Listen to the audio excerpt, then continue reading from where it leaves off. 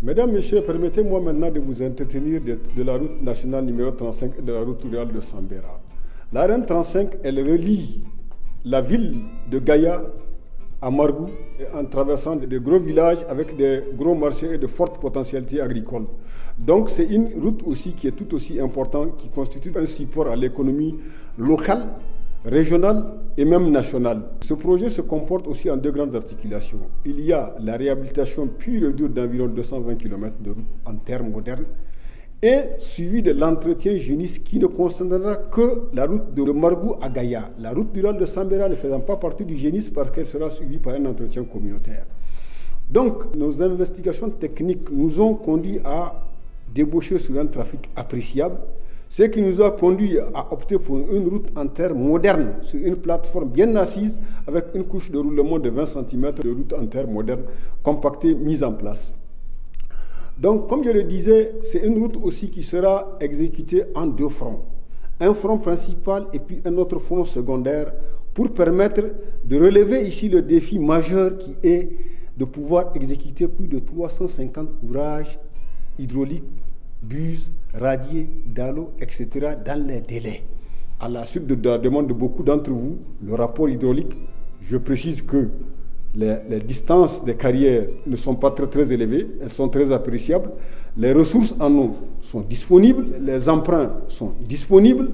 Cette route aussi, après les travaux de réhabilitation, sera suivie d'un entretien génisse sur 183 km. Le génisse avec de ces niveaux de service qui sont la praticabilité de la route en toute saison, le respect des conditions de transit, la durabilité de la route, les services de gestion de la route et toutes ces exigences-là qui font du génisme une particularité. C'est une innovation sur le réseau nigérien. Donc ce qui conduira, mes chers entrepreneurs, à opter pour des travaux de réhabilitation réussis.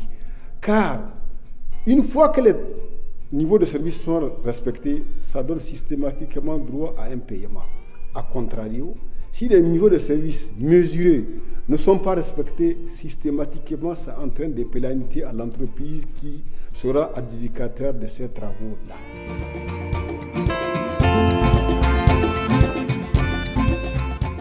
Le programme MCA Niger est financé par le MCC et du coup, hormis les exigences nationales en matière de gestion environnementale et sociale, et toutes les opérations du MCA, tous les projets, sont soumis aux exigences des lignes directrices environnementales et sociales du MCC et aussi aux normes de performance environnementale et sociale de la SFI, la Société financière internationale, que le MCC a adopté bien sûr. Donc en conformité avec ces normes, le MCA Niger a élaboré un système de gestion environnementale et sociale. Ce système de gestion environnementale et sociale est notre cadre de référence en matière d'identification et de gestion des impacts et des incidences sur toutes les activités que le MCA Niger peut produire dans le cadre de la mise en œuvre donc, du compact. Ceci dit, pour les entreprises qui doivent travailler avec nous,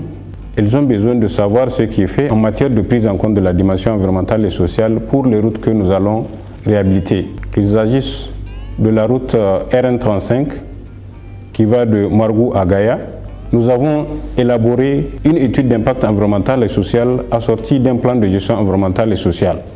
Ainsi, les entreprises qui vont travailler avec nous vont élaborer, elles aussi, leur plan d'action environnemental et social de chantier et qui est aussi une traduction des engagements de l'entreprise en matière de gestion de nos exigences. Donc, toutes les entreprises qui vont travailler avec nous vont se conformer à ces exigences, ce qui sous-entend que les entreprises doivent être équipées, une équipe solide d'environnement qui va donc être capable d'élaborer tout ce qui est comme outil de gestion de l'environnement, mais aussi qui doit être capable de faire le suivi de tout ce qui est mis en œuvre des mesures environnementales et sociales qui sont édictées aussi bien dans le plan de gestion environnementale et sociale, mais aussi dans le plan d'action de l'entreprise. La RN35 traverse aussi bien la réserve partielle de fond de Dosso, mais aussi la zone humide Niger 1 et Niger 2, qui intègre également la zone Ramsar, ce que nous appelons communément Ramsar Albarkaïsé. Donc toutes ces routes sont dans une zone particulière. Sur le plan environnemental, ont une position beaucoup plus regardante que les autres zones d'intervention du MCA Niger. Donc en ce sens que nous invitons les entreprises à être aussi regardants comme nous pour une meilleure mise en œuvre donc, des mesures environnementales édictées dans les différents outils de gestion environnementale et sociale.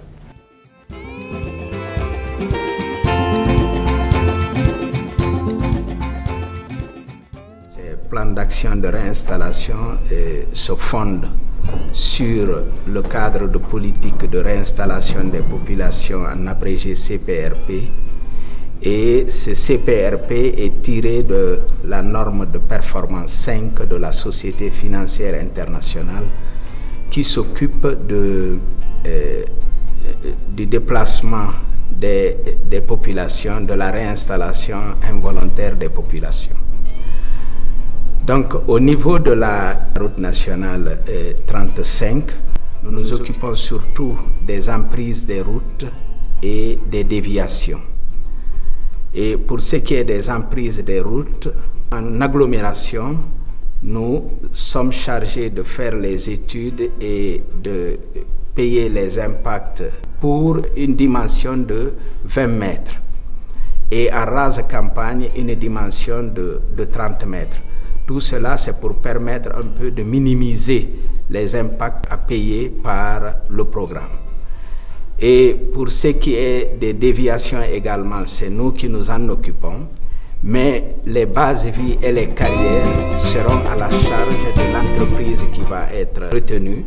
Et cette entreprise va bien sûr travailler en collaboration avec le consultant qui s'occupe des plans d'action de réinstallation et appliquera les normes de performance 5 de la SFI ainsi que du cadre de politique de réinstallation des populations.